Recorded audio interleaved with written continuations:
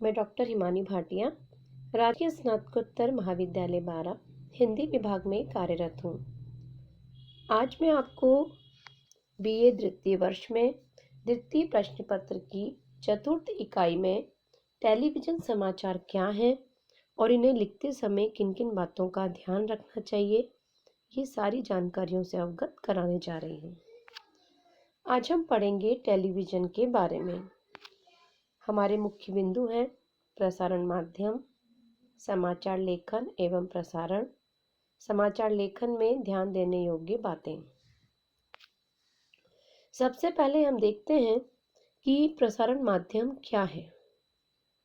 आधुनिक काल में दृश्य श्रव्य माध्यम के रूप में दूरदर्शन अति लोकप्रिय है।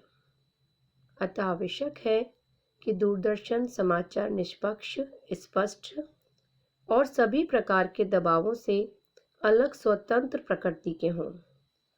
टेलीविज़न के रिपोर्टर और संपादक को विषय के प्रति तटस्थ रहकर कार्य करना चाहिए। व्यक्तिगत विचारों को, चाहे वे किसी भी क्षेत्र से संबद्ध हों, दर्शकों पर नहीं थोपना चाहिए। सही स्थिति का प्रस्तुतिकरण दर्शक के मन में सही भाव जगा सकता है। इस तथ्य को बुलाकर किया गया प्रसारण सदैव अहितकारी होता है। विश्वविख्यात टेलीविज़न एजेंसियां, जिनमें British broadcasting corporation, American free television news और नेशनल ब्रॉडकास्टिंग कॉरपोरेशन आदि शामिल हैं, तटस्थ, निष्पक्ष और सौदेश्य समाचारों के कारण ही ये अपना प्रतिमान आप बनी हुई हैं। इसके बाद हम देखते हैं कि समाचार लेखन एवं प्रसारण क्या है। नमरका स्त्राको ने अपनी पुस्तक टेलीविज़न में लिखा है कि टेलीविज़न समाचारों की निष्पक्षता और सच्चाई एक कुंवारी लड़की की पवित्रता की भांति होती है, जिसे प्रत्येक व्यक्ति पसंद करता है, किंतु उसका निर्वाह बेहद मुश्किल होता है। ठीक ऐसी ही बात इंडिपेंडेंट टेलीविज़न न्यूज़ के एडिटर ने कही है। टेलीविज़न समाचार अपने लक्ष्य और निष्पक्षता व सत्यता के बंधन में इस तरह घिरे रहते हैं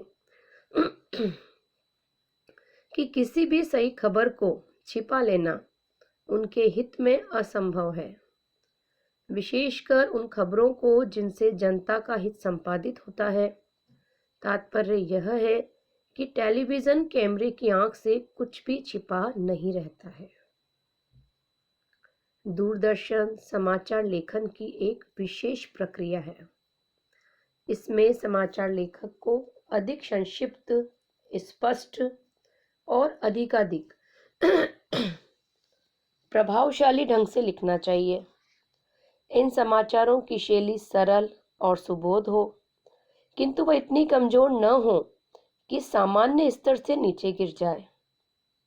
सरल शैली में भी शालीनता का स्तर बनाए रखना दूरदर्शन समाचारों के लेखक के लिए अनिवार्य माना गया है। दूरदर्शन समाचारों की समानता प्राय रेडियो समाचारों से की जाती है। इस संबंध में संवाद और संवाददाता के लेखक राजेंद्र जी ने एक बात कही है कि दूरदर्शन समाचार लिखने का ढंग रेडियो प्रसारण से मिलता जुलता है। भेद केवल इतना है कि दूरदर्शन में जो कुछ बोला जाता है वह संकेत मात्र होता है, क्योंकि श्रोताओं के सामने समाचारों के चित्र और दृश्य आते रहते हैं। स्पष्ट है कि समाचार पढ़ने की अपेक्षा उन्हें देखना श्रोताओं के लिए अधिक आकर्षक होता है।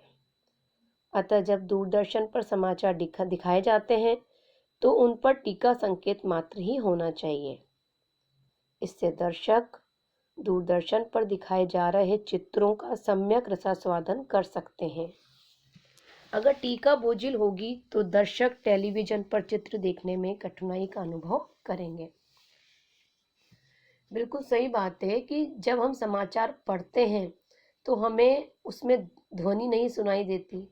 सिर्फ हमें, अगर हम शिक्षित हैं तो ही पढ़ सकते हैं, लेकिन दूरदर्शन टेलीविज़न एक ऐसी प्रतिक्रिया है जिसमें व्यक्ति, अशिक्षित व्यक्ति भी, बिना मतलब अनपढ़ व्यक्ति भी उसको देख सकता है, सुन सकता है और संसार में क्या क्या चीज़ें हो रही हैं उसकी जानकारी वह कर सकता है।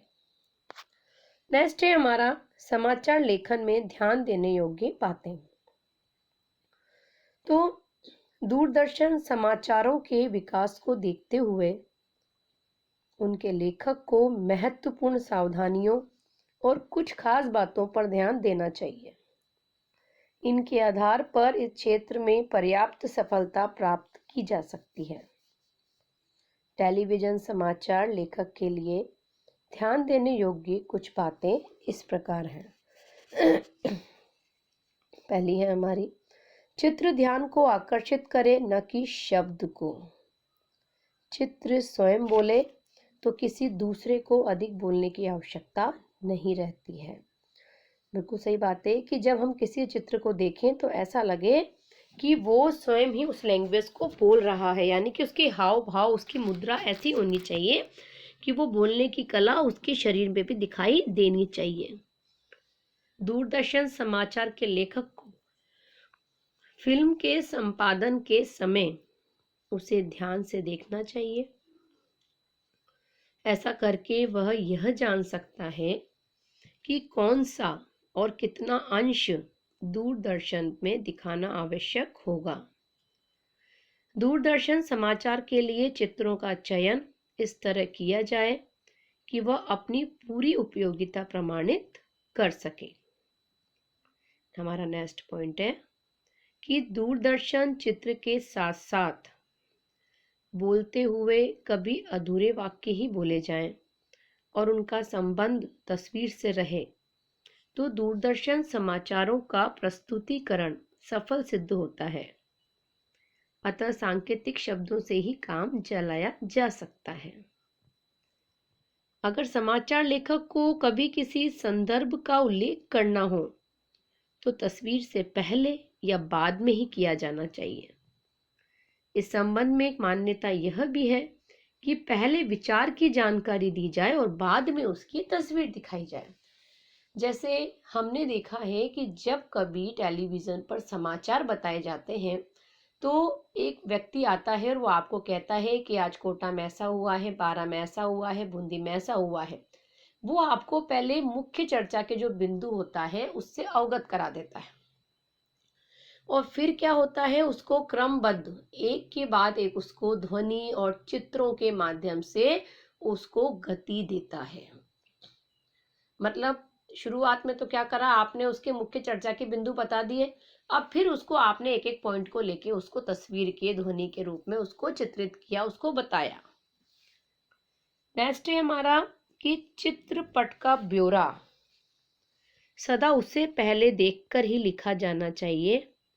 यह विवरण ऐसी शैली में लिखा जाना चाहिए कि वाचक, बोलने वाला, अपने हाव भाव, मुख मुद्रा और स्वर के उतार चढ़ाव को उसमें ठीक ढंग से ढाल सके। वस्तुतः दूरदर्शन के आदर्श प्रदर्शन में समाचार का वाचक, जो समाचार बोलने वाला है, एक आकर्षक नाटकीय पात्र होता है। बिल्कुल सही बात है कि जो बंदा, जो व्यक्ति समाचार बोल रहा है उसके बोलने में इतनी कला होनी चाहिए कि जो वो बोल रहा है तो उसके साथ साथ उसके हाव भाव भी उसी प्रकार से चलने चाहिए कि जो चित्रपट का जो ब्यौरा उसको दिखाया जा रहा है, जो लिखाया जा रहा है, वो ऐसी शैली में होना चाहिए तो जो बोल रहा है उसके हाव भाव, उसकी मुख मुद्रा और उस कौन से स्वर को पहले बोलना है, कैसे उतार होना चाहिए, कैसे चढ़ाव होना चाहिए, इन सब की जानकारी उस बोलने वाले को पूरी जानकारी होनी चाहिए। नेक्स्ट है हमारा कि दूरदर्शन समाचार का संपादन करने वाले पत्रकार को 2 बार 2 रूपों में समाचार लिखना पड़ता है। पहले रूप में शीर्षक और समाचार आते हैं और दूसरे रूप में समाचारों के पोषक चित्रों का विवरण आता है। अतः समाचारों की प्रारंभिक वाक्यावली आकर्षक व रोचक होनी चाहिए। उसमें जिज्ञासा जगाने की क्षमता हो ताकि दर्शक पहले से ही सतर्क हो जाएं। शैली में बोलचाल की भाषा और आत्मीयता का पुट होना चाहिए। वाक्य छोटे और पूर्णता के गुण से युक्त होने चाहिए। बिल्कुल सही है कि वाक्य इतने अच्छे, सहज और सुलभ होने चाहिए, भाषा इतनी अच्छी होनी चाहिए कि सामने वाला जब आपकी उस चीज को देखे तो उसको आपकी भाषा आसानी से समझ में आ सके और वो आपकी बात को पूरी तरीके से समझ सके। हमारा नेक्स्ट पॉइंट है, टेलीविजन समाचारों में केस टू केस वर्क्स का प्रयोग अपेक्षित माना गया है। इस संबंध में यही कहा जा सकता है कि टेलीविजन क्रियाओं के प्रत्येक रूप को महत्व देता है और उसकी महत्ता को दृश्य, प्रसंग और घटना के अनुसार पहुंचाने का प्रयत्न करता है। आडंबर युक्त और भारी भरकम क्रिया शब्दों और क्रियाओं के प्रयोग से दूरदर्शन समाचारों को बचाना चाहिए। बिल्कुल सही बात है कि जितने भी दृश्य प्रसंग होते हैं घटनाओं के अनुसार होने चाहिए, उसमें आडंबर युक्त काल्पनिकता ज़्यादा नहीं होनी चाहिए, क्योंकि अगर दर्शकों को उसके अंदर वास्तविकता न दिखकर काल्पनिकता अधिक दिखेगी तो उस चीज का वो आनंद नहीं उठा पाएंगे और उनके अंदर जिस चीज को जानने की जिज्ञासा है वो भी उनकी जिज्ञासा कम हो जाएगी। तो हम लोग निष्कर्ष में यही कह सकते हैं कि दूरदर्शन पर प्रसारित होने वाले समाचार सरल, शालीन, सुव्यवस्थित एवं यथार्थता की दृष्टि से सचित्र हों। दूरदर्शन समाचार लेखन में अनेक सावधानियां रखनी पड़ती हैं, अतएव समाचार लेखक को संपादन, प्रसारण आदि सभी का पूरा ध्यान रखना चाहिए। तो आज हमने जो आपको बताया है तो ये हमारी चतुर्थ इकाई थी। अभी तक जब हमने अपनी चतुर्थ इकाई को शुरू किया तो सबसे पहले हमने आपको दूरदर्शन के अभिप्राय को बताया, उसका सशक्त माध्यम बताया, दूरदर्शन के अर्थ और महत्व के बारे में जानकारी दी, टेलीविज़न और अन्य प्रसार माध्यमों के बारे में बताया, फिर हमने आपको दृश्य श्रव्य संचार माध्यमों के बारे में बताया, दूरदर्शन का महत्व बताया कि हमारे जीवन में ये कितना ज़रूरी है या हमें इससे क्या हमें इससे क्या लाभ हैं, क्या हानियां हैं, क्योंकि हमें अगर लाभ है तो इससे हानियां भी बहुत हैं हमें, कि आज के जो बच्चे हैं जो ज़्यादा दूरदर्शन को देख रहे हैं, ज़्यादा टेलीविज़न देख रहे हैं, वो भी कई बच्चे गलत संगति, गलत चीज़ को भी ले रहे हैं अपने अंदर, जीवन के अंदर। तो ऐसा नहीं कह सकते हैं कि पूरी तरीके से दूरदर्शन सही है, इसमें कई हमारी गलत चीज़ें भी हैं। अब हमें ये देखना है कि हमारे बच्चों तक वो गलत चीज़ें ना जा पाएँ। तो टेलीविज़न की विशेषताएं भी हैं तो कई हानियां भी हैं। और हमारी जो चतुर्थ जो यूनिट जो आज हमने ख़त्म यहाँ कर रहे हैं, शुरुआत जो हमने करी है तो हमने दूरदर्शन से करी थी, तो आज हमने आपको इसके प्रसारण माध्यम के बारे में बताया, समाचार लेखन और दूरदर्शन के प्रसारण के बारे में बताया। समाचार लेखन में ध्यान देने योग्य कई बातें थी, उनसे आपको अवगत कराया हमने। कई बातें इसमें सामने आई हैं कि चित्र को ध्यान से आकर्षित होना चाहिए, जो व्यक्ति समाचारों को बोल रहा है उसकी जो भाव होते हैं, उसकी जो मुद्रा होती है, उसमें एक आकर्षक होना चाहिए कि सामने वाला जब उसको देखे तो उसमें वो आकर्षक वाली स्थिति होनी चाहिए कि वो अपने उसकी बोल के प्रति, उसकी भाषा के प्रति आकर्षित हो सके। तो हमने देखा आज कि दूरदर्शन समाचार जब लिखा जाता है दूरदर्शन के माध्यम से और जो उसको दिखाया जाता है उसमें कौन कौन सी बातें अति आवश्यक हैं। अगर इन बातों की जानकारी निर्माता को नहीं होगी तो हमारा टेलीविज़न या हमारे टेलीविज़न में जो समाचार पत्र दिखाए जा रहे हैं उनका जनता के सामने एक अच्छा जो देखने का जो नज़रिया है वो अच्छा नज़रिया जनता के सामने नहीं आ पाएगा। इसलिए हमें चाहिए कि हमें पूरा टीम वर्क करके, पूरा एक साथ सबको संगठित करके इस कार्य को गतिशीलता देनी चाहिए।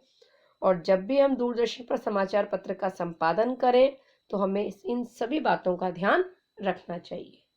धन्यवाद।